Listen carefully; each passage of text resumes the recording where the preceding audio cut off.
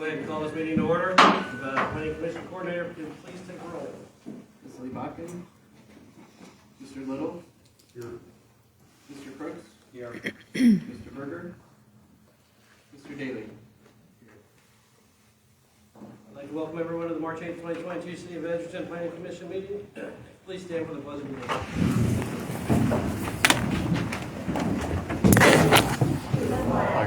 Of the United States of America, and to the republic for which it stands, one nation, under God, indivisible, with liberty and justice for all.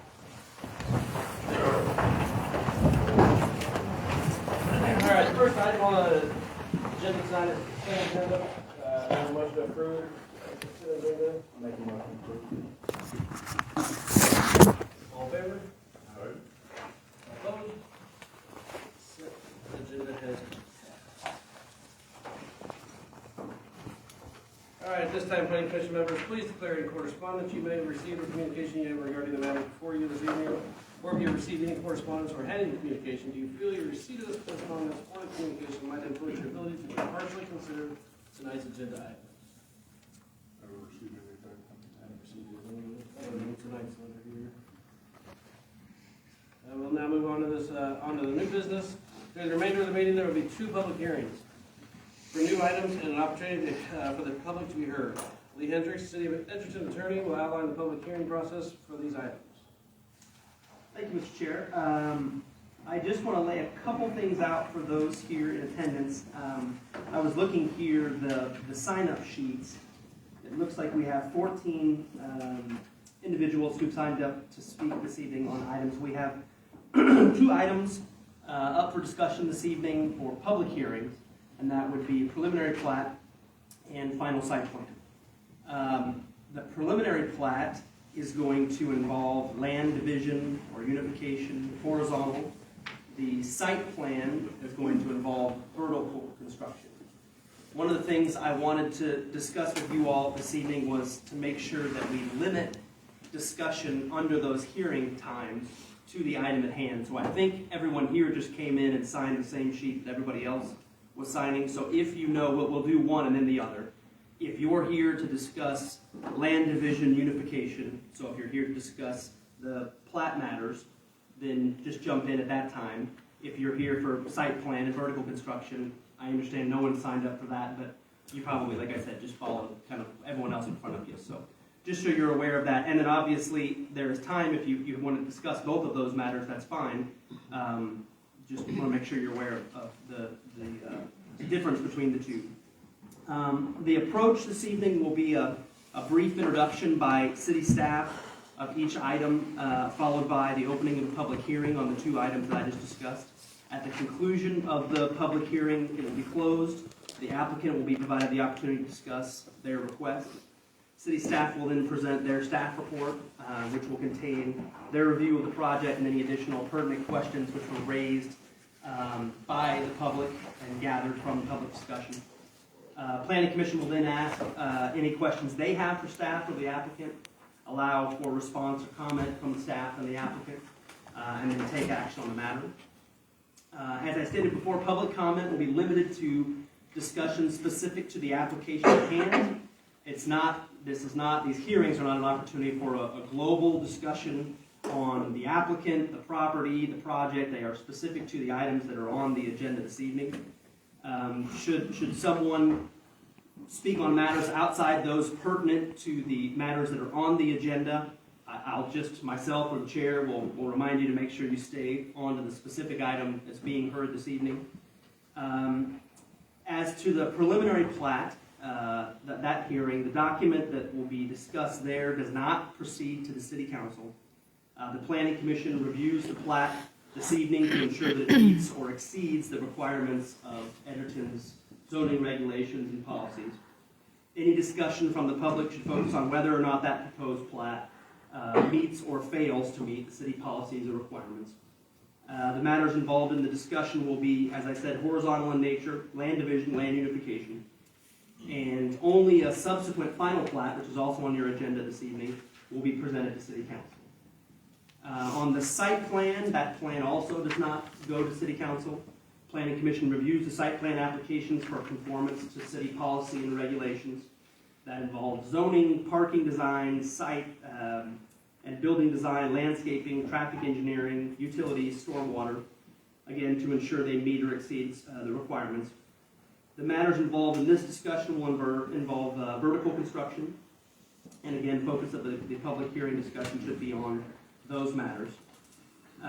It's not an opportunity to jointly filibuster or just fill time in an effort to not focus on the matters at hand. And again, I will stop you and make sure to get you back on track if that occurs. Comments will be limited to 3 minutes each, and I'm sorry, I'll work on this alarm, making sure it's not too overwhelming, but 3 minutes each, and then we will have public comment for up to an hour. I think based on the number of folks who signed up, that shouldn't be an issue. I think we're under that on both of those. So I think that's it. Thank you, Mr. Chair. All right, thank you. We'll now move on to the next item on our agenda. It'll be item number 7, public hearing to consider application PP 2022-01 for a preliminary plat for Logistics Park, Kansas City South, 4th plat, located east of the northeast corner of 207th Street and Gardner Road. The applicant is Brett Powell for North Point Development. And as was noted by the city attorney, public comment is only allowed during the public hearing. Once the hearing has been closed, the time for comment has passed, and no further comments from the audience will be taken. Again, each individual speaking is limited to 3 minutes, and the duration of the public hearing will be limited to 1 hour. Public hearing is now open for application PP 2022-01 preliminary plat for Logistics Park, Kansas City South, 4th plat. If you have signed up to speak, you will be called forward as time allows. Once your name is called, please come to the podium and speak, and please state your name and address prior to speaking. Has anyone signed up to speak regarding this application? So as Mr. Hendricks had alluded to, everybody had signed up under the preliminary plat, which again is the division and unification of land. We do also have that email printed out at your diocese for you guys to read. So I will just go through my list, and if you wish to just speak on the plat, you are more than welcome to.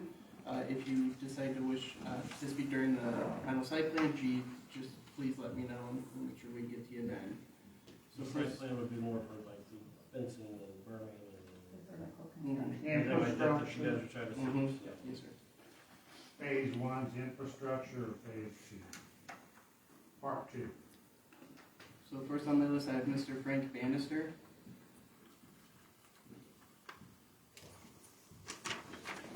I can tell you right now, I'm confused as heck, but the agenda to me does not follow what your attorney just explained, but since I signed up, I do want to make comments. Well, which part of that? Since you're up first, no, don't apologize. Since you're up first, tell me what you're not understanding, if I can help clarify. I don't know When I if signed everything- up, I thought when we would make comments, we would be making comments on 7, 8, 9, 10, 11, and 10 and 11, not any horizontal and vertical concepts, so that's confusing to me. Okay. Well, just so I can clarify for the room, so 7 is the public hearing on 8, right? So 7 and 8 are combined. 7 is the public hearing on 8, and 7 is specifically on preliminary plat. Okay. And then I'll come back to 9. 10 is the public hearing for 11. Again, 10 or 11 are connected. So, and that's our issue. We didn't make it clear when you were coming in on these. And that, yeah. It's been my fault. I thought I was signing up to speak on all those issues. I see. But my comments are so generic, I don't think I need to split hairs between the two public hearing opportunities. My name is Frank Bannister. I live at, do I need to repeat my address for the record, I or? think that's for if you do, yeah. I- Just for verification. 19815 South Garden Road, Gardner, Kansas. Two things I want to mention. Number one, I am opposed to everything that's being considered tonight, both public hearings. I've only signed up for one. The reason I'm opposed to it is because where I live is in the area where all this build-out is proposed to occur. And the theme that I've been up here several times, it is unbelievable to me that the city of Edgerton, the planning commission, specifically, kind of, a lot of it starts here, approves things that is going to plow through areas where people live, residential areas. So I'm opposed to any plans, any proposal that tears up the land and changes forever the landscape of anything east of Gardner Road, which I think most of the discussion tonight pertains to east of Gardner Road. So that's my general comment. My specific comment is I'm sure that the Planning Commission is aware that the city of Edgerton has been sued over litigation of land that's on the east side of Gardner Road. Is that correct? I don't think whether they're aware of it or not, there is pending litigation. I'll tell you now, and this applies to everyone, I won't be discussing that this evening. I won't be discussing the validity of what's been brought or not, but I can say this. All of the actions that are in front of you tonight can absolutely proceed or stop, regardless of the status of that lawsuit. There is no injunction, there is nothing that is stopping anything that's in front of you this evening. If there were, we wouldn't be meeting. All right, and so my question is, knowing that the city is in litigation over the land in question tonight, if the litigation should happen to be successful against the city, making it illegal to own properties on the east side of Gardner Road, is there a backup plan that the commission has thought about if the litigation is successful in naming that an illegal acquisition of land, that's the heart of the litigation? And I wonder if there's a backup plan in case that is successful. What would you do if you've approved all the plans and the litigation be successful in overturning what you plan to do? So that's my question. Thank you. And do you have an answer? I mean, is there It will not be a question and answer, but we'll try to address all questions that we get. We've always tried to address anything that's been brought up. We'll try to do it all at once. So we'll write down concerns and go from there. Thank you.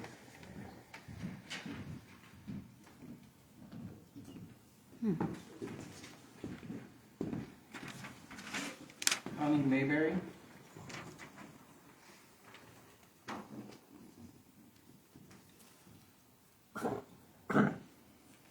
Good evening. My name is Connie Maker, and I live at 20365 South Gardner Road. And I am here this evening to speak on behalf of the Pierce Trust. These proposed buildings are going right behind our house.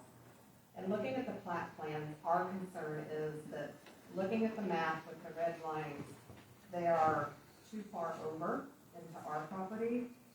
And so we would like to ask for North Point surveyor, someone to meet with our family to go over the lines to make sure that they're not, onto our property and that we avoid further problems in the future.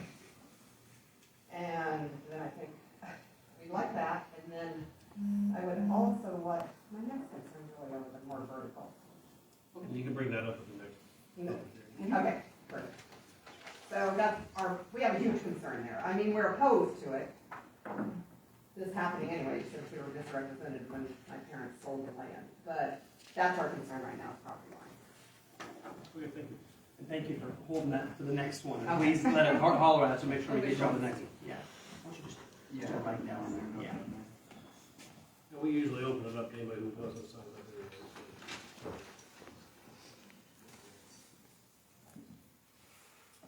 Jennifer Williams.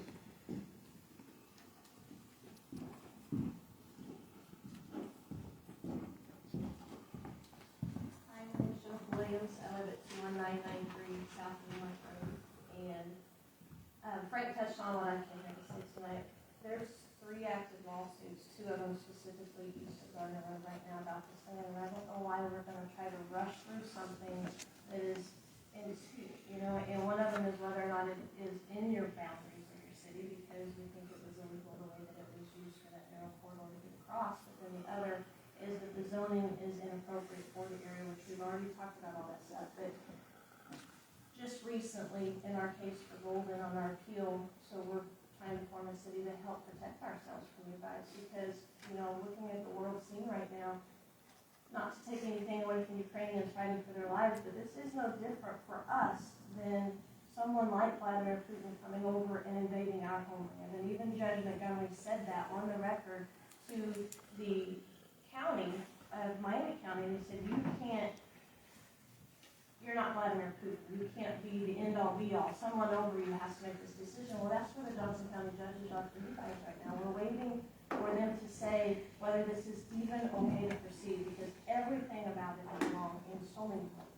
And not to downplay again, they're having real wars where they're dying and stuff, but our people are dying too. We've had guys have heart attacks, stress problems from all this. We have people fighting cancer that can't even get over this because their homes are being destroyed. This is the most inappropriate development in a rural residential. So coming in here talking about vertical and horizontal and trucks and everything that comes with this.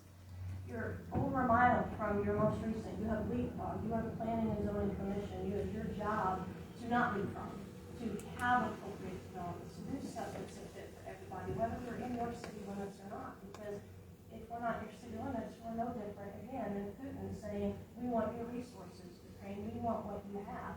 We don't have to think what's best for you, and that's not fair. It's not American, and this whole battle we've been going through for the last 14 months is the most un-American thing that we can possibly imagine. We thought we had rights, we thought we were protected, we thought we could be neighbors, and then we find out that someone says because a property owner owns property that they have all this authority. If that's the case, your board wouldn't even be necessary, because the planning and zoning is so that everything is equitable, and so that it is fair to everybody around you. And so you can't just build whatever you want just because you own the land, and dropping these next million square footers like they talked about in their videos, right to them, right between people that were neighbors. They looked at each other out the windows, and now it's like, bam, sorry guys, you know, we are a baby in your hand, and we're taking it over, and there's nothing to do that, and that's what we feel right now. So we're just asking, it's premature, can you just please wait for the lawsuits to be heard with COVID courts? The judge hasn't even got to them yet, especially the one on the organization, and so can you just put brakes on for a minute and please have some oversight so that it's fair? Thank you. To the board, before we proceed, I'm not pulling my earlier discussion out of nowhere about limiting discussion to the items at hand. I understand, and it's important that the public is heard, but we're getting to the point where if I don't say something, we could be off. If we're at Ukraine and Putin now, I'm a little concerned we're getting away from plat and site plan. So I just want to stress to the public, let's try to keep it It on was the an items here. analogy. That's all I have. Thank you.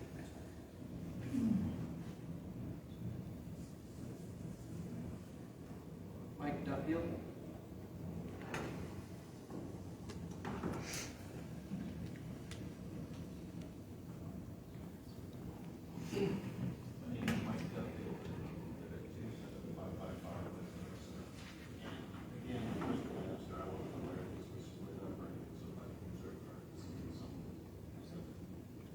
Well, you can have the full time for both. That's important to know. Yeah, you're not cutting time here. Yeah. If you're on those two, you're good. Yeah. Thank you. Thank you. I am against approving the ED 2022-01, and also I'll state that the FD 2022-01, and several other things. I go along with Jennifer and Frank Bannister on the lawsuit part. It hasn't been heard in court. It seems to me that one point Edgerton is being very disrespectful to the courts or Kansas laws, but not at least not that like that. And I hope that you guys will take that into consideration because it's very important that we keep with our laws and our line. So that hasn't been determined yet. That's all I got right now. Thanks. Thank you. Kevin Todd?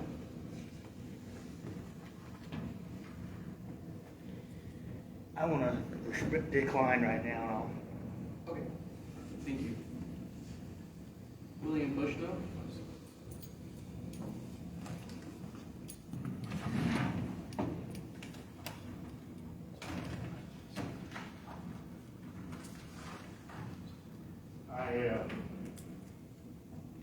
I guess as far as the, I've had all the same people come up and object to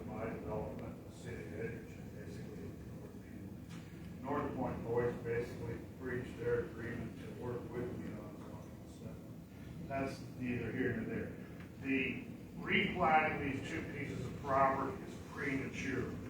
And the reason it's premature is because North Point hasn't completed the infrastructure and the requirements of the previous planning on North Point LP 2. You're planning on that. And in doing so, by failing to complete the necessary infrastructure of completing the road to 207th Street, completing the road to 199th Street, and completing platting the other buildable sites off of Waverly Road, they have created, your previous agreement said there would be little relative gain, if any, to the public health, safety, and welfare from the denial of this zoning application. However, the city would be adversely impacted due to the lost opportunities of jobs, tax incentive, and anticipated logistics park uses. I'm not questioning that North Point has the right to build warehouses and develop the ground. I do question the methodology that they are attempting to. They're not doing it in such a way as to fulfill their agreements with the city of Edgerton and their planning organization. And as a result of their failure to complete the 3-lane road that was specified and agreed to as in your planning documents for phase 2, as a result of that road not being there, Richard M. Clausen passed away Wednesday, January 15, 2020, doing what he did, helping another semi-truck driver because the semis on Gardner Road, I live at 20685 Gardner Road, I own 2 sides of the road. I have not been contacted about any easements or any improvements on the road. I thought that North Point would develop their existing property west of the road. They would bank enough money to finish the road, and they would make a safe and usable intersection at 207th Street using their land and not condemning other people's land. As a result of the fact that they were allowed to occupy the Hostess Distribution Center, where they consolidated 5 regional distribution centers, Richard M. Clausen was hit in the road while attempting to help another truck driver I appreciate it, sir, to but turn we're down sticking that to the road 3-minute rule. because of the lack of the road. I appreciate it. You I have urge a chance this- at your I next time urge to you talk. to I do table appreciate this it. motion.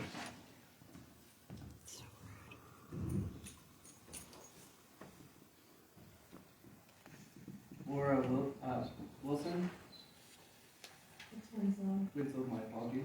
I'm gonna wait and see the second Thank you. Mike McGuire, I'll wait for the second one also. thank you. Matt Combs, I'll wait for the side plan.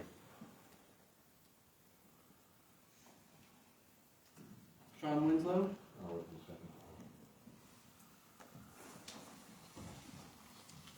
Jenny Coe, Site plan. Charlie Coe, I'll wait for the site plan. Dennis Coe, Devin Self.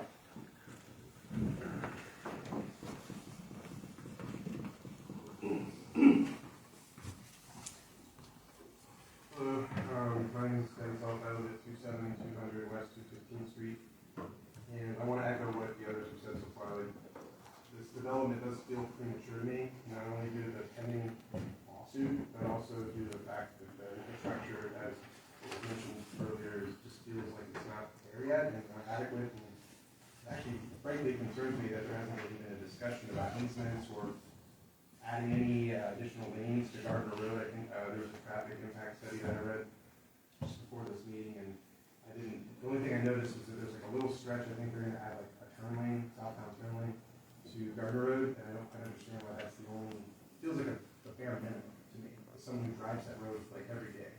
I would assume that given the fact that it's a 2-lane road, steep ditches in the majority of that stretch from 199th or 207 to 100 to the highway, that there would at least be a talk some fashion on that study of making it fourth road, but I noticed that there wasn't even a mention of that, so it feels a little concerning to me that they're not doing that. And then also there wasn't a discussion about like what is gonna happen for the road on 207 going eastward to 106 or to 169 highway, since we all know that that's probably also gonna be where the trucks are gonna end up driving as well, instead of heading to I-35, depending on the route. So I noticed there wasn't a discussion about that either. And then another concern I have is just idling of trucks. I don't know how that's gonna be dealt with, especially being next to a residential property, so close to one. Just from either idling while waiting for the dock or idling overnight if they're planning on spending the night there. I noticed, my brother drives trucks and he's told me that that's a normal thing. So just from an air quality perspective and noise pollution perspective, I'd just like to know how the planning commission has an answer for that. That's probably, actually the last thing would be lighting. If that's some of the site plan. Okay, all right, awesome. That's all my concern. Thank you guys. Thank you.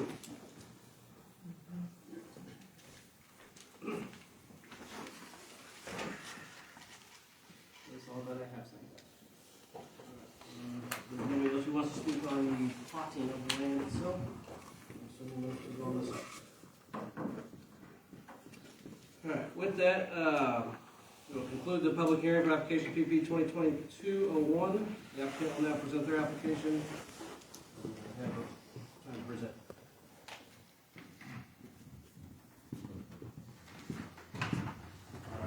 I'm Brett Powell, Mark Point, so Commissioner, thank you guys for hearing our plan. Regarding the preliminary plat, this was property that was rezoned legally on April of last year, April 22nd of last year. It's currently in divided into two parcels, divided in a east-west manner. We're changing that, we're dividing it into north-south manner, two parallel buildings, roughly 1.1 million square foot each. I guess other aspects of the plat that we're showing, there's drainage easement we're working through with city staff, and sewer easement as part of the preliminary plat, so the two adjoining buildings share a common sewer, which leads south of 207th Street and then follows down to a lift station and a lift station. So those are shown there. It's pretty straightforward setbacks, all meet your guys' plans. So I think the staff has recommended approval and we agree with that.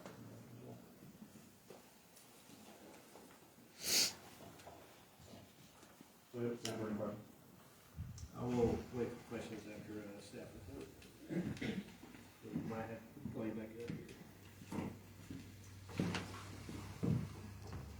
All right, the staff will now present their staff report related to the review of application PP 2022-01.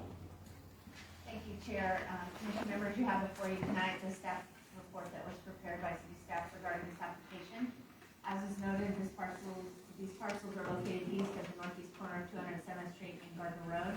They contain an LP logistics park zoning designation, and the parcel size is approximately 118 acres. The subject site is located within the Big Bull Creek watershed and is annexed into the city of Edgerton on December 17th, 2020.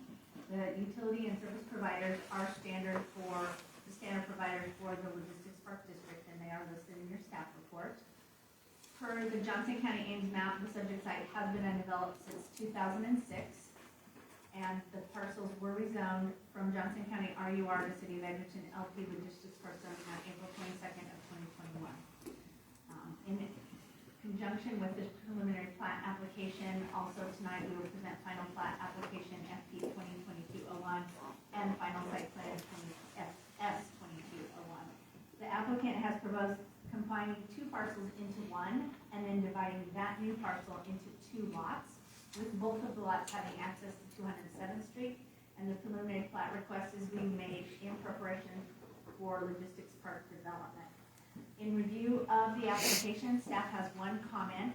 No restrictive covenants have been shown. However, if there are any restrictive covenants, they will be shown on the final plat. The applicant is subject to all applicable city codes. This includes and is not limited to zoning, building, and construction, subdivision, and sign code. They're also subject to all applicable local, state, and federal laws. So with all of this information, city staff recommends approval of preliminary plat application PP 2022-01, LP Casey South Quarter Plat, subject to the stipulations listed in the staff report that I will read. All preliminary plat requirements of the city listed above shall be met or addressed. All infrastructure requirements of the city shall be met. All city engineer stormwater comments related to stormwater management plan must be addressed, and the preliminary plat shall be approved for a 1-year period that shall be extended for an additional year upon the approval of a final plat for the same parcel of land or any part thereof.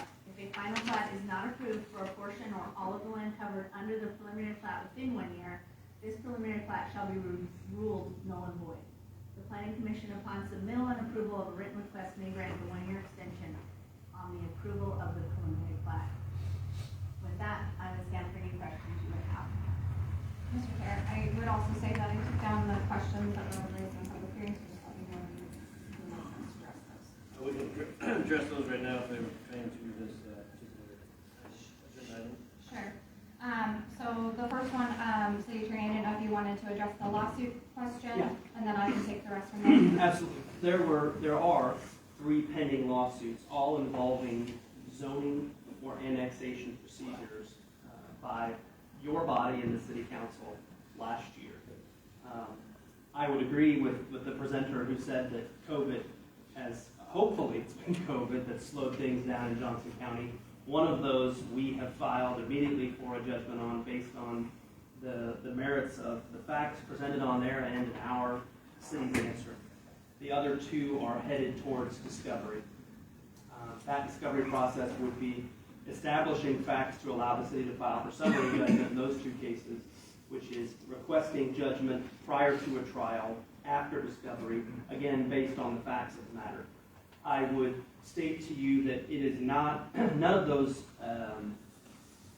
lawsuits involve wild claims of misconduct or anything of that nature. It's purely procedural.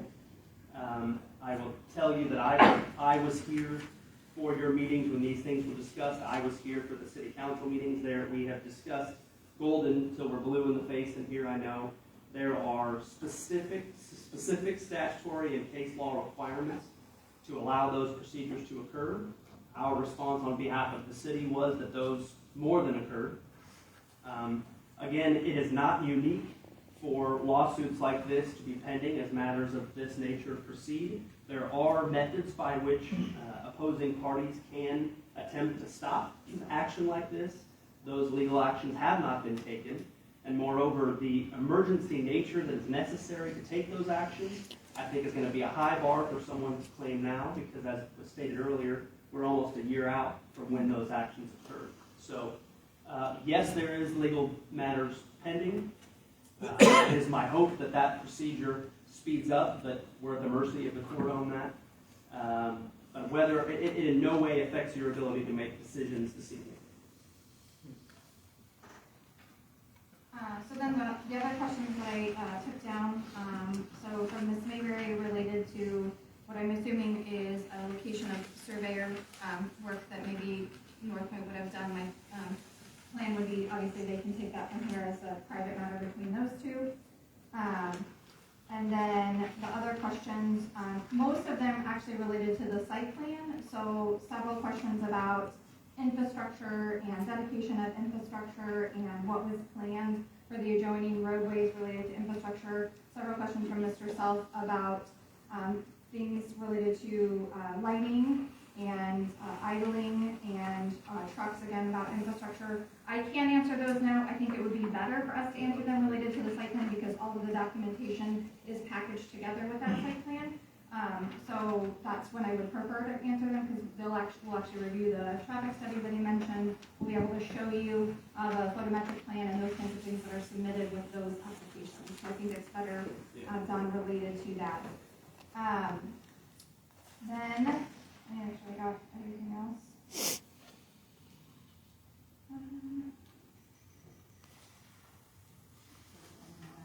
So there were some questions related to the validity of infrastructure previous.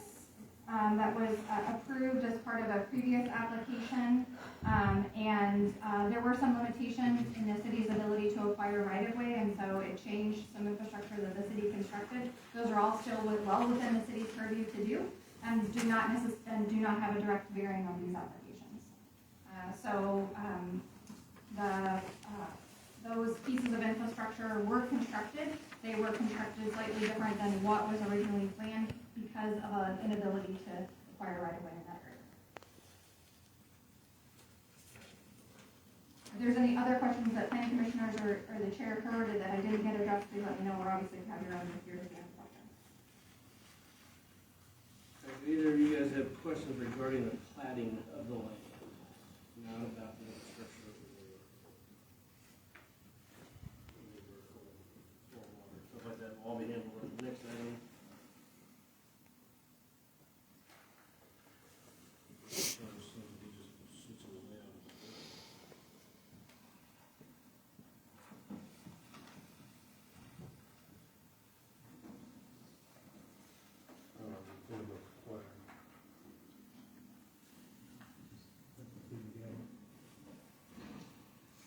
All right, if there's no questions regarding that or for applicant or staff, I will now entertain a motion to approve, deny, or table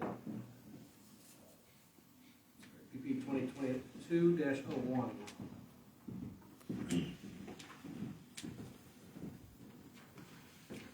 I'll make a motion to approve it. All in favor? All opposed? PP 2022-01 has been approved. Now on to the more.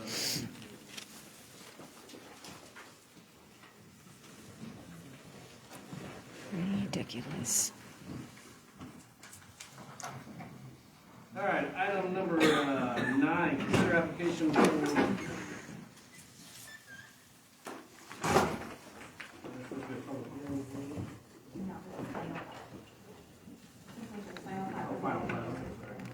Consider application for FP 2022-01 for a final plat for Edgerton Kansas City South, 4th plat located east of the northeast corner of 207th Street and Garden Road. Applicant is Brett Powell, agent North Point developer. The applicant would now present their application for the final plat. Brett Powell, final plat application, very comparable to preliminary plat.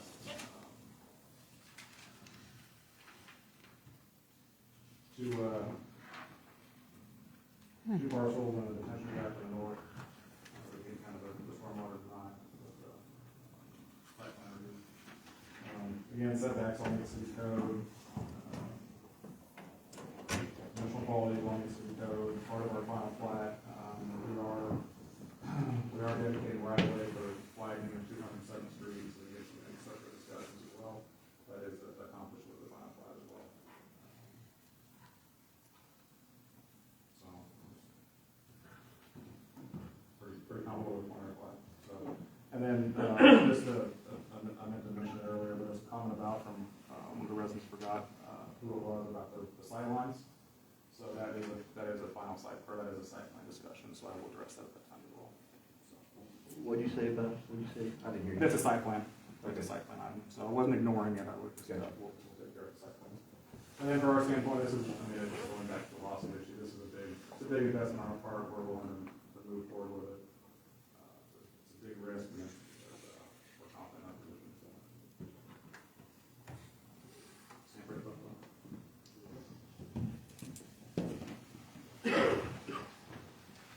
Staff, can you now present your staff report? Yes, thank you, Chair, Commissioners. I just want to point out that when we have these types of applications, we'll have the preliminary plat application first, and then it's followed with the final plat application, which is the piece we do now. The public hearing component comes at the preliminary plat stage, which is what we just did. This final plat, if recommended for approval by this body, would then go to City Council for acceptance. So that said, all of the same items are true about this application as were the prior, as it relates to the parcel size, the zoning, and who the utility providers are. In reviewing this, the staff had 4 comments related to it. The first was that we would need to make sure that all monuments have been set, and that's the corners of the ground, to make sure they're located appropriately. The applicant will confirm those monuments have been set upon the recording of the final plat. The second comment was that the proposed stormwater detention area is located outside this property. Documentation of the recorded drainage easement for this area needs to be provided. The applicant has provided the drainage easement to the city engineer for review, and upon approval by the city engineer, the easement will be recorded either before or with the final plat, so that information is recorded together. Finally, the county will add their information when the final plat is recorded. The applicant acknowledges that will occur, and then the final plat will not be recorded prior to receipt and the city engineer approval of public infrastructure plans. Applicant has also acknowledged that. And so with that, city staff recommends approval of final plat application FP 2022-01 for LPKC South 4th plat, subject to the stipulations that are outlined in the staff report, all 5 of those that are listed there. And with that, I would stand for any questions that you would have. So the detention basin is not on the property? It is on the property to the, that they also Still owned by Northpoint? Yes. You like the applicant to that, or that site plan? The way the site plan is, caught that little road, will sit off the side or off the property. Not much has changed since a few minutes ago, so for this final plat, you guys have any questions for the applicant or city staff? Questions, comments, concerns?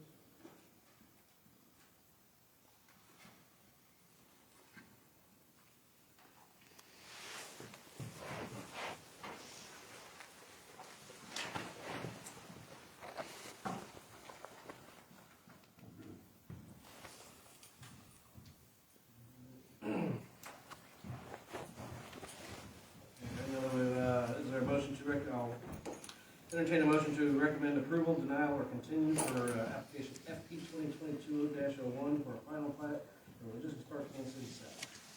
Make a motion to approve. All in favor? All opposed? FP 2022-01 has been approved with stipulations. Was there, Yes, stipulation. to go to city council for approval?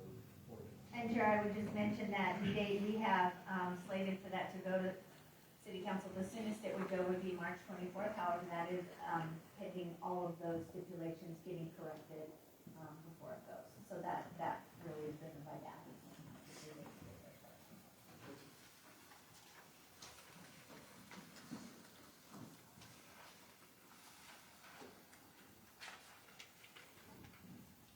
All right, item number 10, public hearing to consider application FS 2022-01 for a final site plan for Logistics Park, Kansas City South, 4th plat located east of the northeast corner of 207th Street and Gardner Road.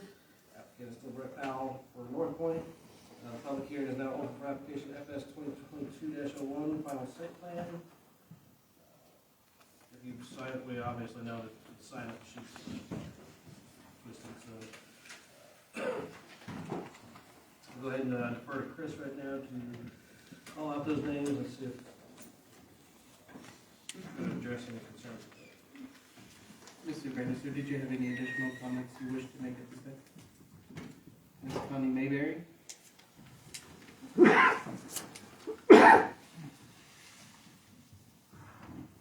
you need me to state my name and address again?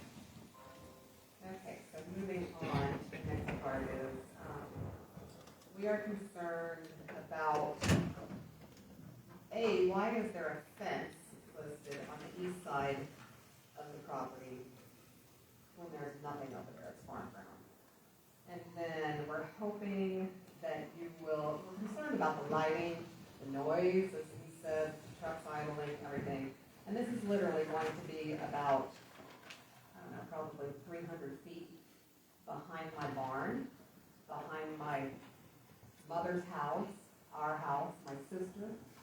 And so We're hoping that you will at least enforce a taller berm than is on 207th Street.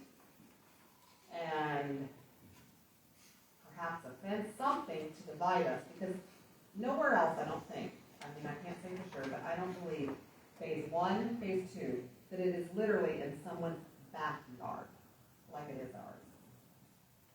And those are our biggest concerns with the infrastructure company. And so I hope that those will be addressed. I hope that you all think about what it would be like to have this in your direct backyard. As I said before, we were misrepresented. My parents were told residential housing. Well, now we all know that that was a complete lie. And I really hope that everybody thinks about this, to include them, who they had misrepresented to my parents. And you have to live with it. You have to live with these lies for the rest of your lives. I hope that you'll be good neighbors. That's all. Mm-hmm.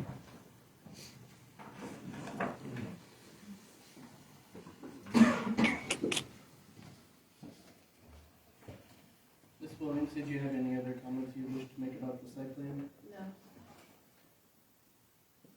Mr. Mike Duffield? My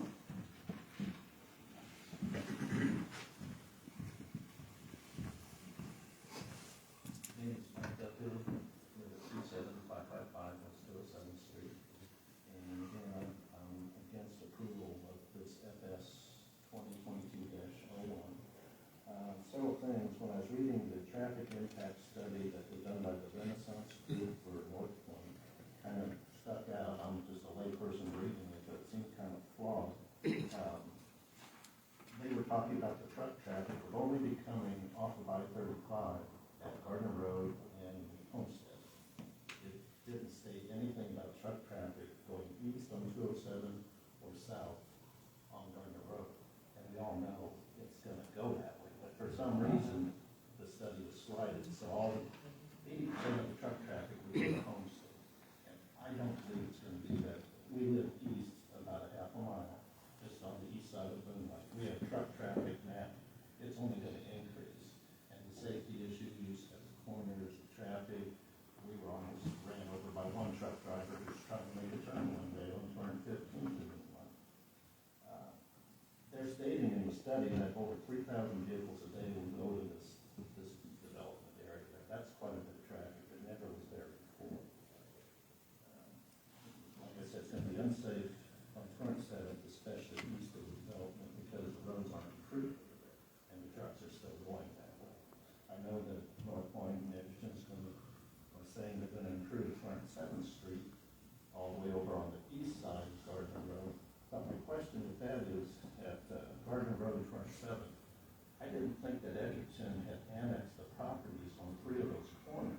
So we're kind of curious how they're going to go about improving the roadways there when they don't have the rights to that property. I also am concerned about the watershed issues, which we've all stated before, and they keep coming up. We live downhill from this project. There's a small stream. I'm definitely concerned about flooding that might happen there. And of course, the water contamination to our Hillsdale, that's our drinking water. And then back to the lawsuits. They're still going on. If you go ahead with this, again, it's just showing total disrespect for our legal system, the whole process. I would hope you reconsider, because, again, back to the good neighbors. I know Mayor Roberts and others have stated that they want to be good neighbors. In my mind, unless we let the whole process roll out, that's not going to be good. Thank you. Agreed.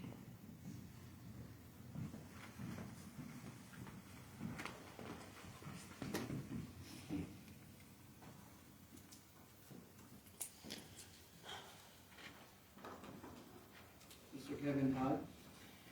Pass, please. Mr. Bushnell?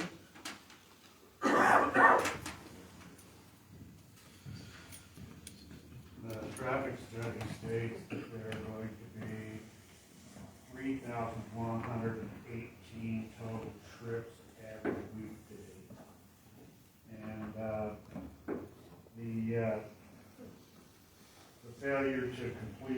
infrastructure on phase 2 resulted in the death of Richard M. Clausen, and that was negligence on this board and the city of Edgerton. If another person is killed in that intersection, it will be gross negligence and will result in elimination of your qualified immunity. Thank you.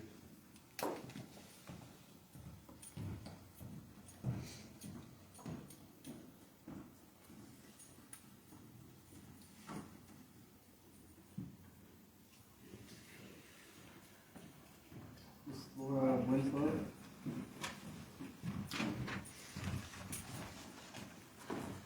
I live at 28640 West 207th Street. My house, I've tried to blow this up so we can get an idea of where exactly I live, and out of no disrespect to Ms. Mayberry, we're actually closer to the warehouses. My property line is about 20 to 30 feet from my house. And when you look at this, my house is the little orange rectangle, my property line right here in the blue, and your proposed burnt. I don't see how in good conscience you could prove things like this. We have just 5 acres, and I realize that you will not do anything about it other than try to have berms that you say are tall enough and trees on top, which would take years to actually mature enough to cover anything. Doesn't matter about the traffic that we already see coming down 207th. We have videos of them turning around in that field right there. They took out a neighbor's mailbox, turning around. It has been complete negligence on everyone's part, not taking care of people that you say you want to represent. You are to be working for us, not the big corporations. And it's a shame. It's a very big shame to you all that you cannot somehow create a larger structure to go across. We all know that they have plenty of money to do this. Why not do something that's actually going to block our view and let us have our lives like we've had all this past 20 years? We're losing equity on our home that we've put into it. We work hard. We're not upper class. My husband works very hard. He's worked hard to get what we have out there and make it a very nice place for our family to grow up and to have events and all. But now we can't do that because guess what? We're going to be looking at warehousing, and we're going to have truck traffic, and we're going to sell exhaust 24/7. My bedroom wall is 20 feet from my property line. Your warehousing is starting the berm is another 10 feet. I think that's really a shame that you would want to continue that and not ask yourself how you would feel. Have any of you driven down there to see where my house is? Have any of you taken time to actually drive over there and see where we're planning at right now? I'd like to know, because that's even a bigger shame on your part. Thank you.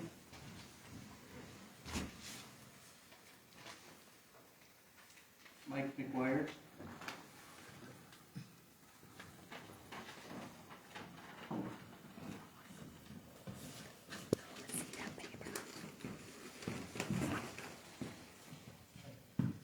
Yes, my name is Mike McGuire. I live at 20260 South Gardner Road.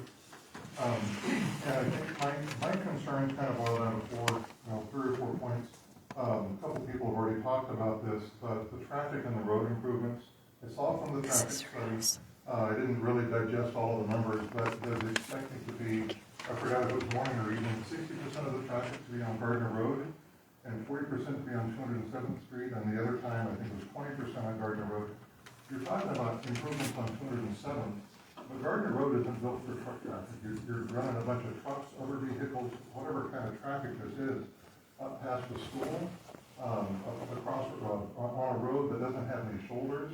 We've heard the noise from the truck brakes, Jake brakes, whatever you call it.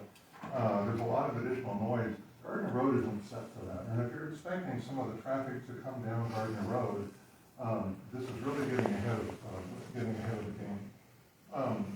Last year, when the whole rezoning and replatting of all of this occurred, we were assured, all the neighbors were assured, this wasn't leapfrog development because you've had connections.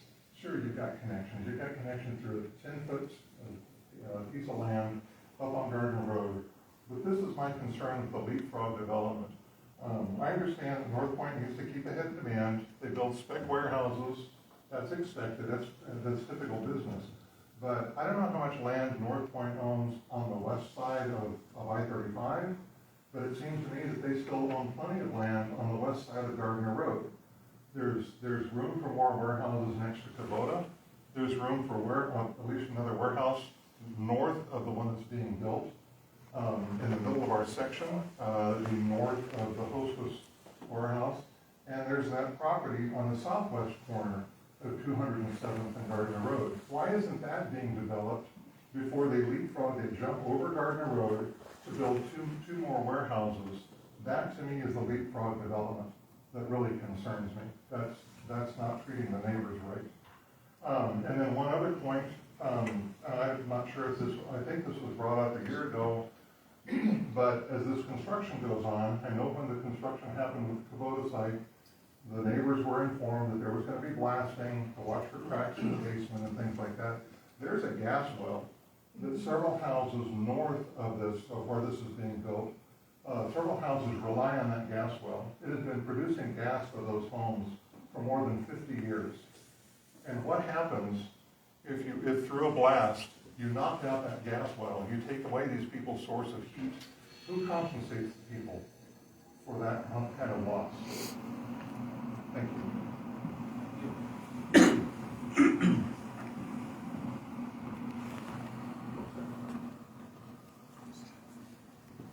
Smartphone.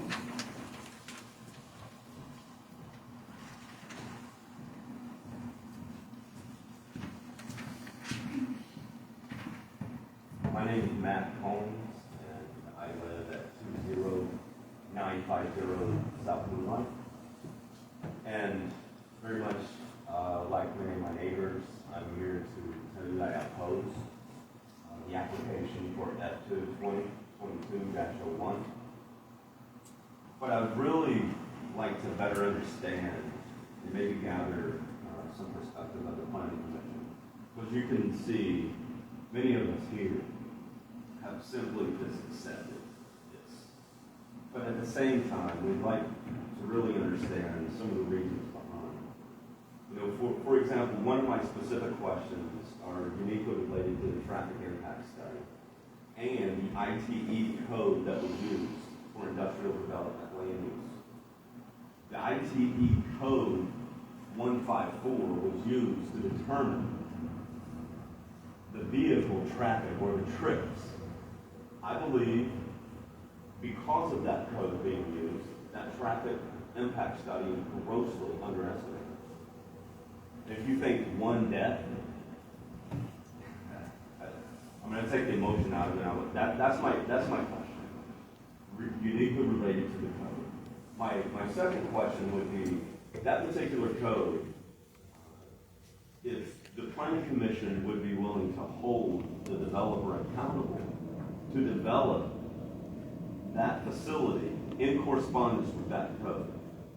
And I ask that because the code is uniquely related, again, to the number of trips that any vehicle or heavy truck, and the estimated and capacity, all of the detail that was built inside this impact study. And for every 1,000 square feet of warehouse space, that particular code estimates 0.1 trips will be taken.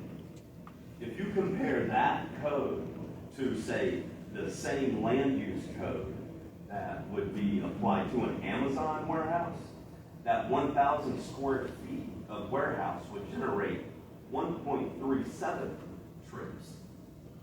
So my ask is, why was that code used? And if that particular code is part of the traffic impact study, will this planning commission hold the developer accountable to make sure that that particular or this particular site plan corresponds to the definition of that code?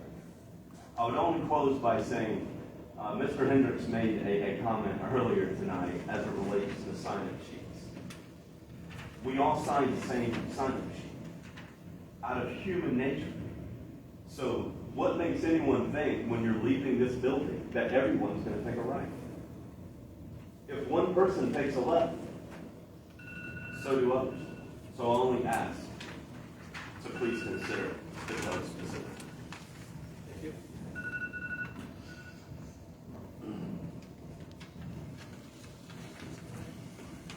Sean Winslow.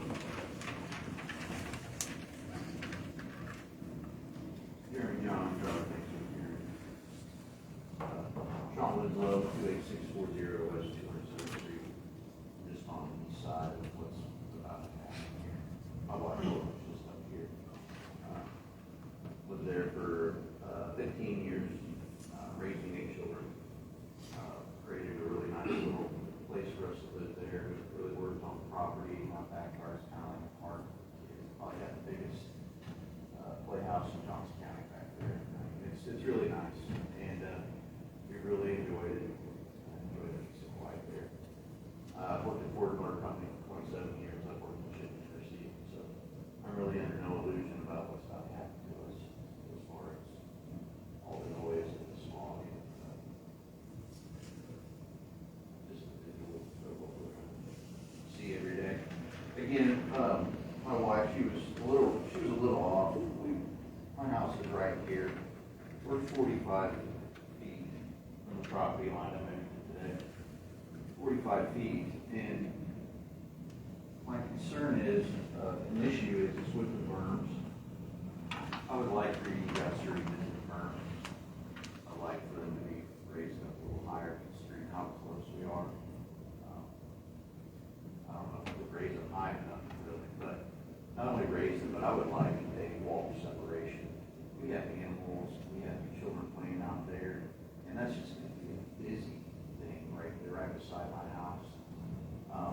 I don't think it's unreasonable to ask for a wall separation on top of that berm.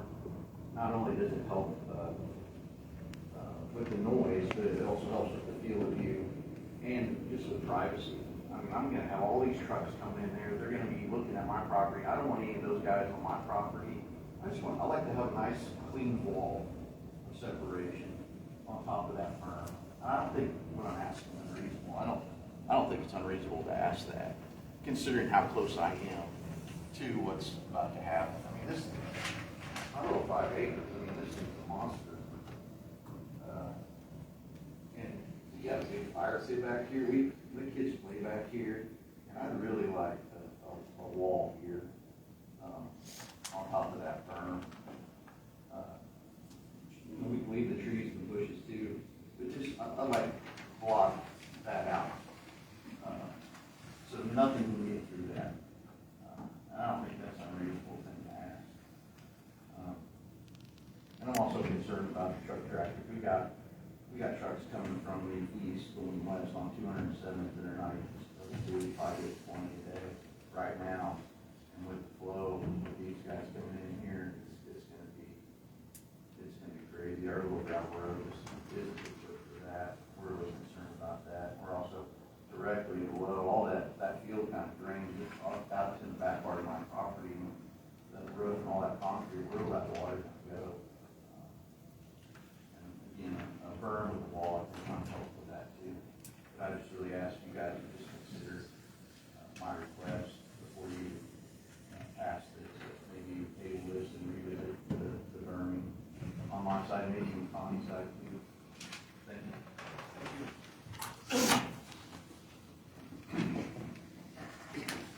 Jenny Coe. This is so wrong.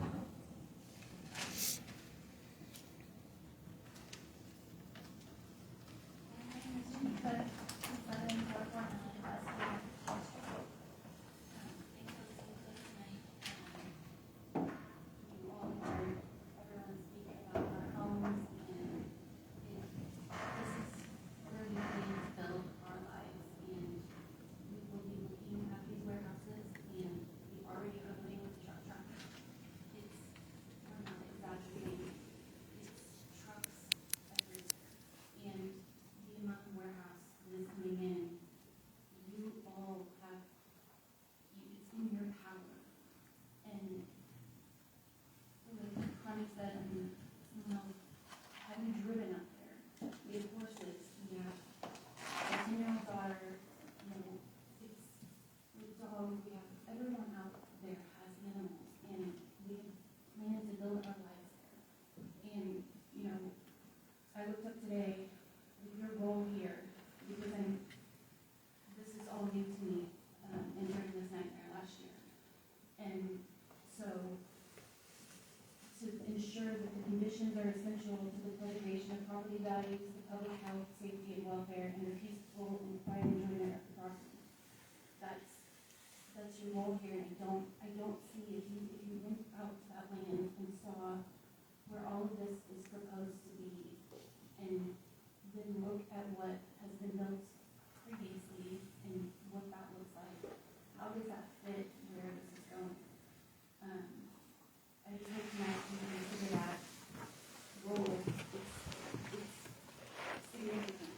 And let me put this out there.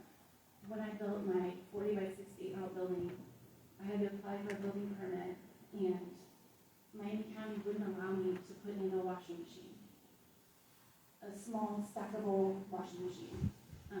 But what you're approving here, the property right next door to me, literally within 40 feet of my property, could build a 1 million square foot warehouse. And so I just hope that you just think about that, let that sink in, that no other jurisdiction would do this to residents. We want to be good neighbors, but this is not what that looks like. Thank you.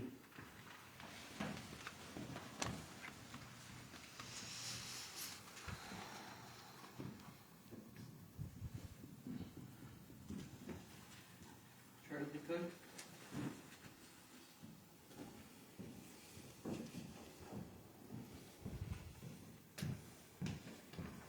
There's Charlie Cook, 27449, Western 15th Street. So you might remember, it was a little over a year ago, I think, there was a bunch of people here, and we were all talking, everybody had their own unique perspective on why warehouses didn't fit in this residential area. And at that time, the thought was, well, we're just talking about zoning now, we can't talk about warehouses, that's not, we don't know what's gonna go there, this is just zoning. Well, now here we are a year later, it's warehouses. And all those reasons, when we were here till late into the night talking about why warehouses don't fit into a residential community, still apply. Nowhere else is this normal. I know there's a few people in this room that try to make you think or talk about this situation as if it's normal. But in no way is it normal. This doesn't happen anywhere else. Where a city will wrap around houses to build an industrial park. And why not build an industrial park as an industrial park in a self-contained thing that makes sense? North Point's got this down to a science, where they're taking maximum tax benefits that affect all of us, everybody in the state of Kansas, in fact, and doing the bare minimum of what they have to do to build out infrastructure. And with this, the traffic study, we're going to put a turn lane in on Gardner Road. What about every other intersection out there? There's trucks at all of them. There's trucks falling off the road into the ditch, trucks getting stuck across the road. I mean, it's a mess. As far as the development goes, this is, pardon my French, a shit show of the development. Trucks don't know where to go. They're all lost. In regards to the lawsuits, the one lawsuit that's the annexation lawsuit regarding the narrow corridor, that's actually never been tested in court before. So I think it might be a little unfair to say, well, this is all standard fair, lawsuits happen all the time. That was not been tested there. So any day now, a judge could take that case up and say, yeah, that was brought into Edgerton illegally. That's not Edgerton. You can't use a little strip of land to wrap around a bunch of houses to put in a warehouse district. Thanks for having me tonight. I hope you'll all do the right thing.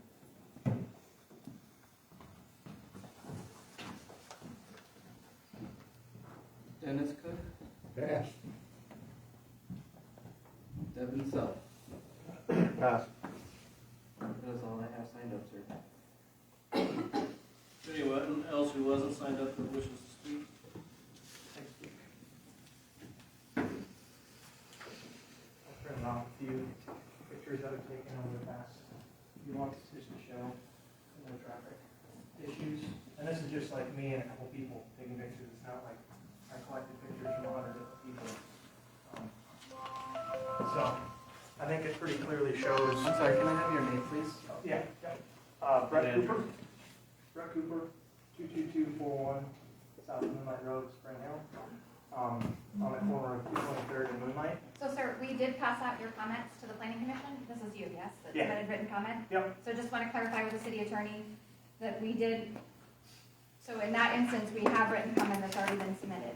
I just want to make sure we still want to move forward. Yeah, I think having Okay. 3 minutes of discussion here on the Perfect. I just want to make sure. I just want to, Okay. anyone, I I didn't want just anyone to didn't feel. think that it was fair to have the planning commission try to read my Sure. email during the meeting when they're not supposed to be listening to it. So, that's why I came and spoke, because I didn't think that was fair. Okay, I just wanted to make sure nobody felt like there All was. right, yep. So anyway, we've lived in our house for about 8 years now, and slowly and steadily over those 8 years, we've seen the truck traffic increase on not just Gardner Road, but on 223rd, 215th, on Moonlight, trucks that are lost, trucks that are doing things like making U-turns, stopping in the middle of 223rd, backing up on 223rd while we're behind them, and pulling out and trying to turn around. They are stopping and getting out of their trucks, exactly like the gentleman who got killed, I was mentioned earlier. Can you imagine what's going to happen when we see 10 times the truck traffic on these roads? It's not a matter of if somebody's going to die and get injured badly, it's when. These roads are not made to handle this truck traffic. I'm afraid for my wife and my kids. We have 3 young kids. She said, like, you meet trucks on these roads and you feel like you're going to get blown off the road. You can't go over the side because there's no shoulder. They're hugging the middle. You can't do anything. It's not, we can't keep kicking the can down the road thinking, oh, well, we can't do anything because Johnson County won't play nice with us and let us, or help us build additional lanes or whatever. Turning lanes aren't going to help. These roads are narrow. They are not meant for trucks. And, I mean, I hate to say it, but if this continues, somebody's going to get hurt. It's going to happen. There's no way that these narrow roads can support this truck traffic. And I really hope, I know you have very difficult decisions to make. You have lots of pressure on you, both seen and unseen. And I just hope you can make the right decision here, because it is really a decision between letting North Point continue to develop exactly the way they want, or looking after the safety of us, of the people living in the community. You can't choose both. It's one or the other, unless there is actions being taken before these warehouses are built. Because you build these warehouses now, and then in 5 years, we're all saying, well, we just haven't gotten to it yet. Well, that isn't going to save people. So, thank you. Thank you.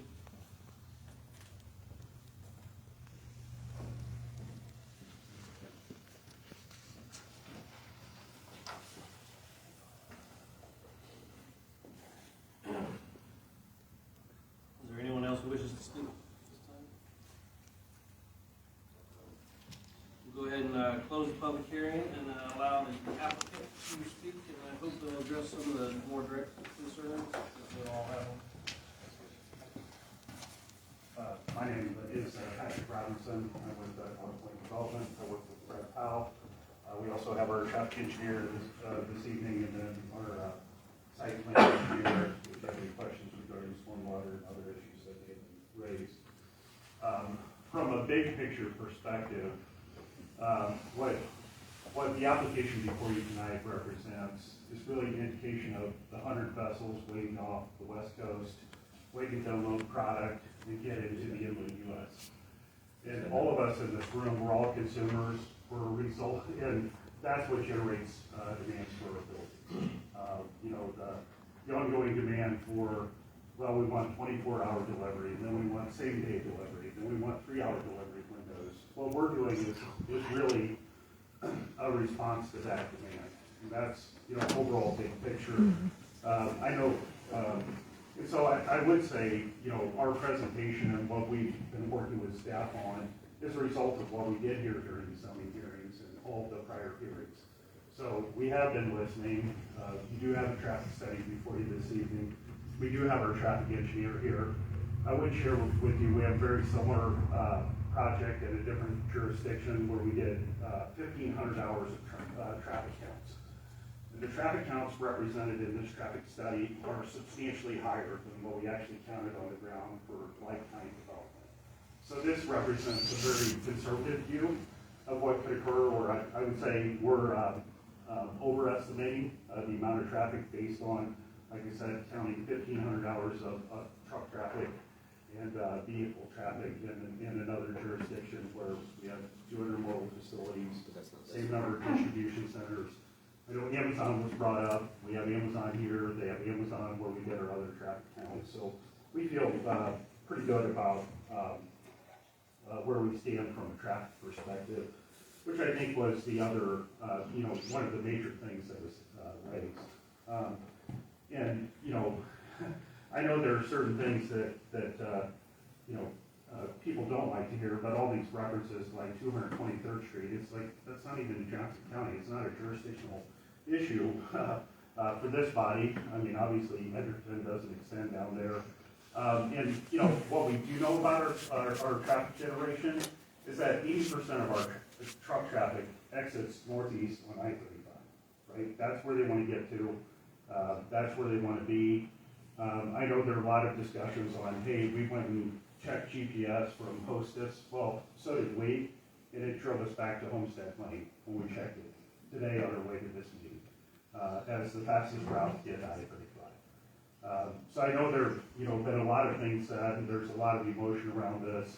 So we're, happy to, answer any questions. And I think Brett Powell probably has more information, but I, did at least want to set the context for, when we entered in to the city of Edgerton, our expectation was there was about 100 million square feet of demand as a result of BNSF's investment here. I think at that time we all agreed that it was appropriate to put as much of that in the city of Edgerton. I think the city has reaped, substantial benefits. So if you look at the 207th Street Bridge that was recently completed, that was a result of funding from LPKC and our master development agreement with the city. And, we do continue to work with the other jurisdictions, Johnson County in particular. We're seeking the intervention of KDOT and state senators, to work on some of these intersection improvements, because the interesting thing is, like, everybody has the same observation, but nobody's writing these letters to their state senators. So we're carrying the water for a lot of these things, and we want traffic to certainly move well. I mean, we have additional property that's adjacent to this, so, when there was a question of, well, what about the drainage easement not on your property? So there's certainly an opportunity for us to connect back north on 199th Street and distribute traffic differently on a future basis. And I don't think a lot of people in this room want to hear that, but, if it's up to us, we'll continue to develop, we'll continue to distribute traffic appropriately to 199th Street, 207th Street. We'll make the appropriate improvements. On our existing spec building, we have a road that will go north and attach to 199th Street. We have an opportunity to attach kind of mid-block to distribute truck traffic to the west and then north, basically predominantly west of all of the residential that currently exists. So we do have a long-term vision in mind, and we're listening, and that's why we did the traffic study. That's why we did the sightlines. It's we do want to be responsive to the public, but we also do want to lower the tax burden in the city of Edgerton. We continue to have new bridges like 207th Street. We enhance the quality of life for the city of Edgerton residents. So with that, I'll turn it over to Brett Powell and the rest of our consulting team to address more specific factors.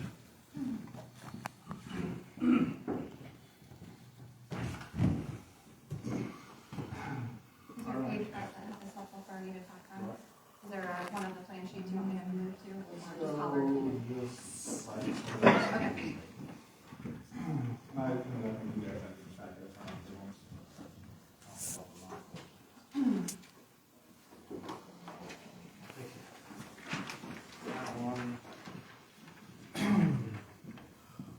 So, I guess the plan we submitted in review tonight, and we hit on it. Two parallel 1.1 million square foot buildings.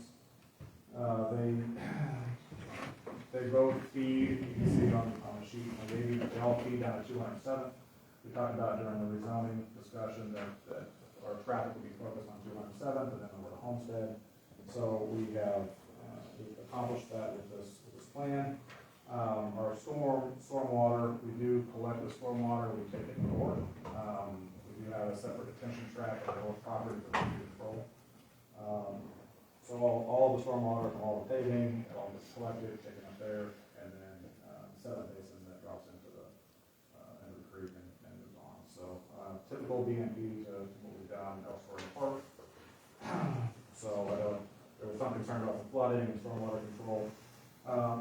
Overall, if you look at Hillsdale Lake, this was mentioned also during the rezoning discussions, Hillsdale Lake is in better condition now than it was 10 years ago as we started developing. So water quality's improved continuously. So I'm not sure we could say that we did a detriment to the water quality. It continues to be better despite what possibly the other part. So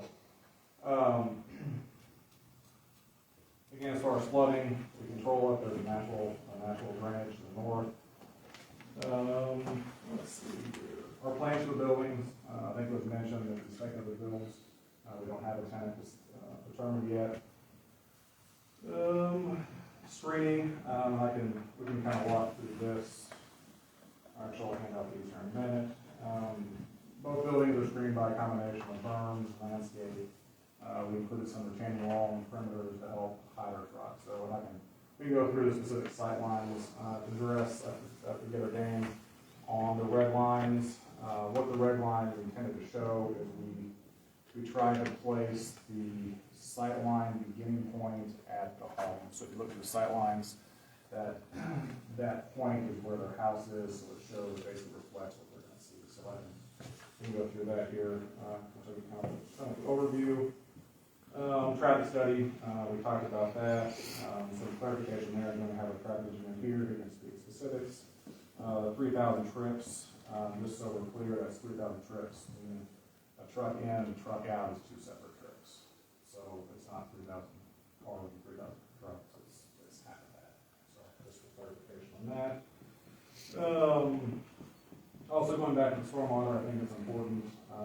We have received our KDHE MFY for this project, for this property. So it's been reviewed by the state. The stormwater control has been reviewed by the state.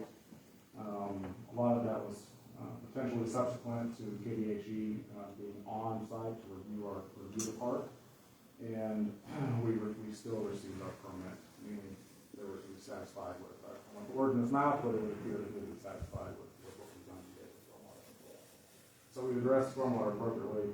We continue to reach out to KDHE and discuss how we can improve on what's already a working satisfactory system. So we continue to try to improve. Again, we're hearing the public and continue to work on making things.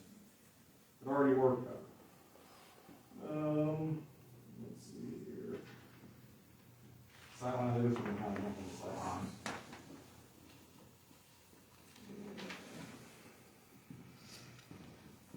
There is larger sightline.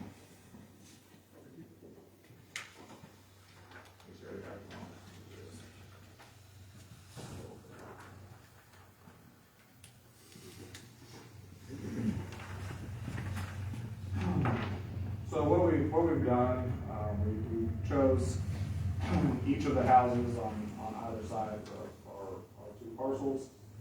We provided three I'll say semi-standard sightline reviews. So we took a straight-on view and we took two 30-degree angle views.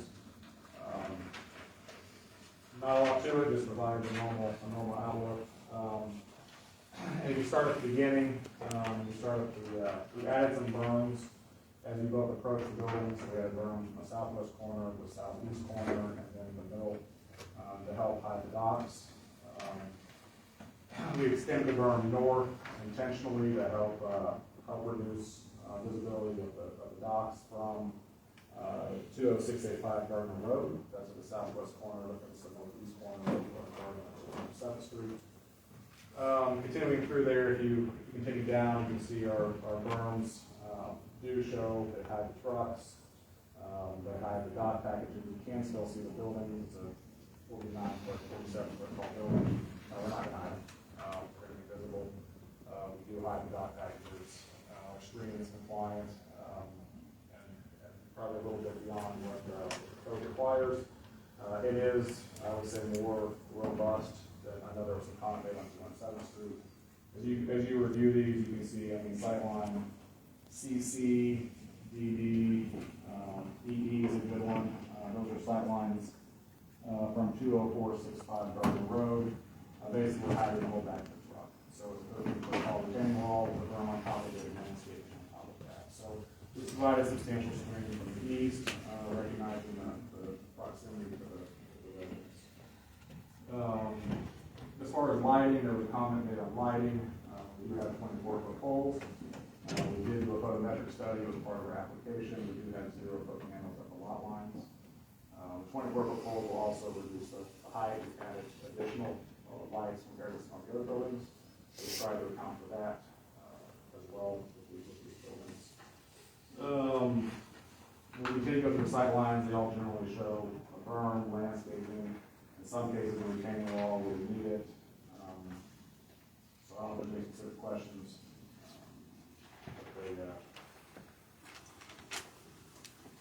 They show that they're doing what they're intended to do.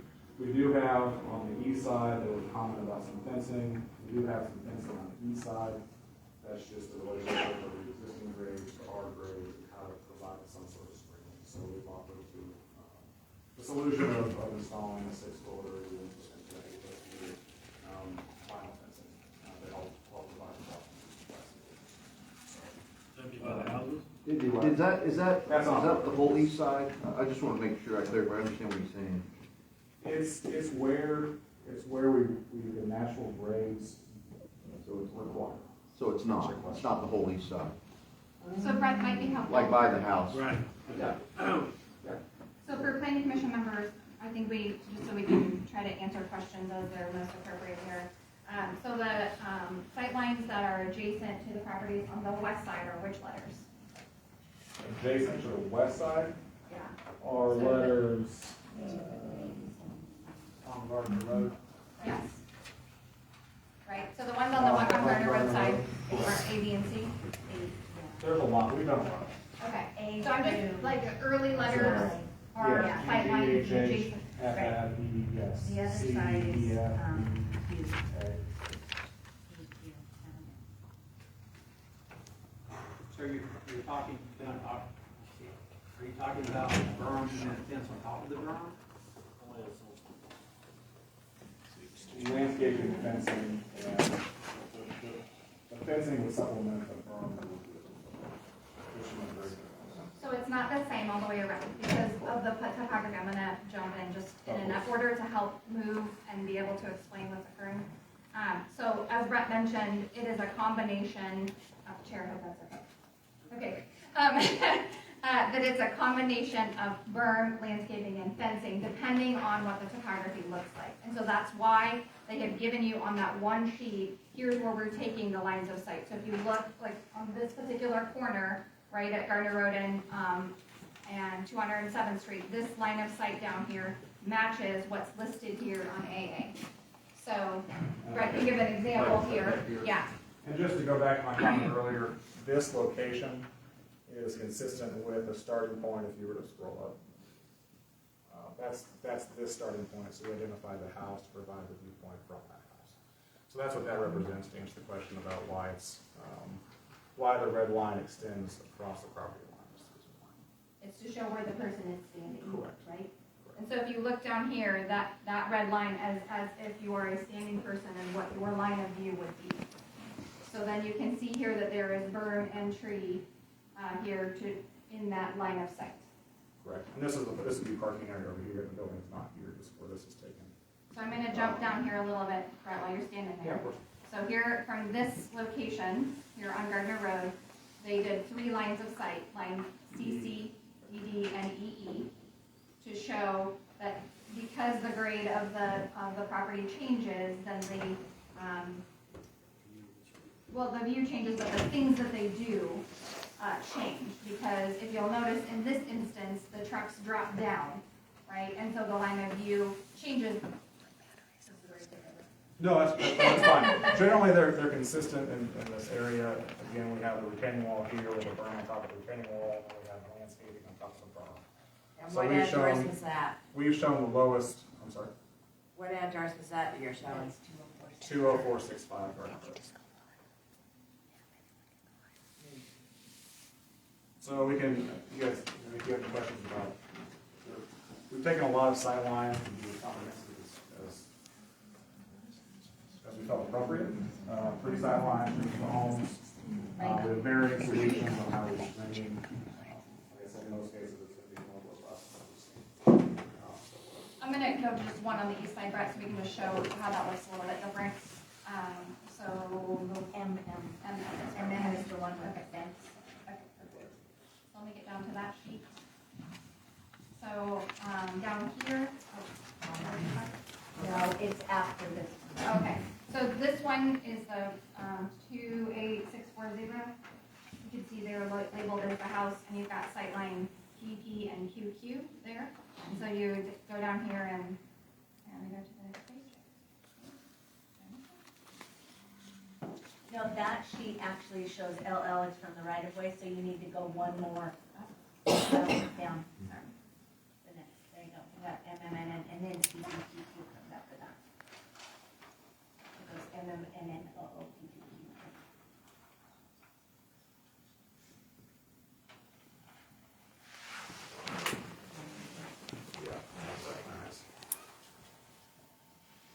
So that's gonna come after it.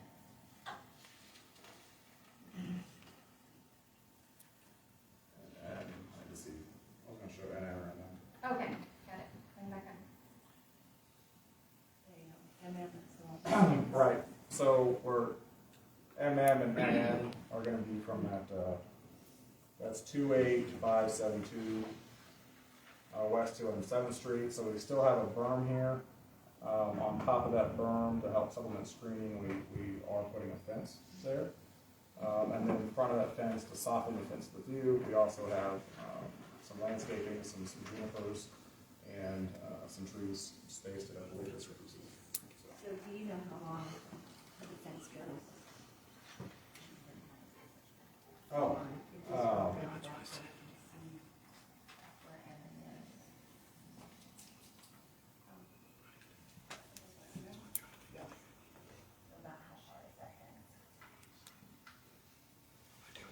I have to review regs and verify, and we'll make sure it provides appropriate screening, so. Sorry, as long to as- jump out of order, I as just long thought as while it's- he was talking about lines of sight, it's important to really be able to illustrate for you all that it is not the same as the building moves, because the length of the building is not the same. It's not like it's a 3-foot berm all the way around, or this amount. It is really about, and the city's approach, so I'm gonna steal the thunder for just a second.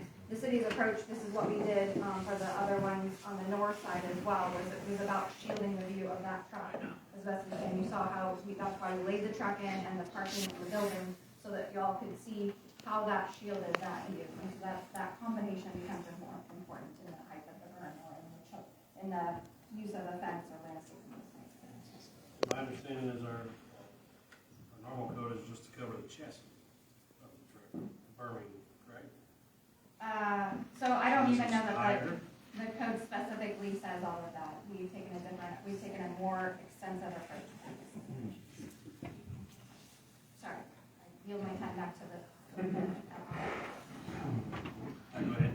So, again, that was the approach on screen. How do we best hide the building, change our approach basically, just respond to both the resident as well as our topography. So, let's see here, traffic studies, this has come up quite a bit. We did do a full traffic study for these buildings. The recommendation was to extend 207th Street from where it stops at Corliss Road through our property line. The analysis that I mentioned to you was 3,000 trips. As far as trucking goes, I have to get on it a little bit. This is both the trucking cars we went and studied probably heavier than what we typically see.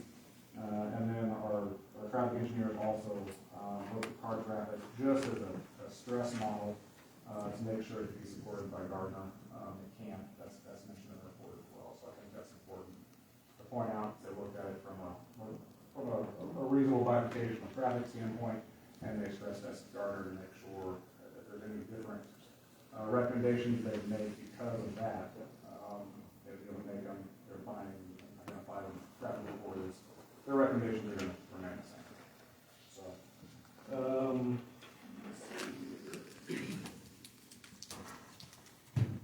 going through comments. I mean, it's what we're thinking with the infrastructure. That's what we build the roads in conjunction with the buildings. So we're not going to have a building and drive across the gravel road to get the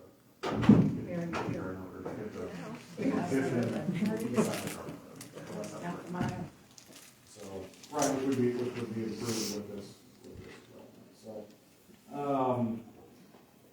as far as infrastructure goes, there was mentioned in the staff report, we've gone through preliminary design of our sanitary system, so we gravity down to 207, we gravity 207 down to, a little ways south of 207, actually all the way to a lift station we placed on a property north of the White House, that property in the southeast, southwest corner of 207 Gardner. We got a lift station there, that would then pump 207 across to the existing big voltage lift station. So we've analyzed that. That sewer plan is consistent with the master sewer plan that was approved years ago.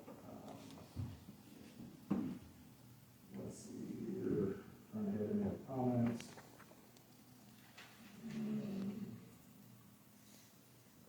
Address watershed.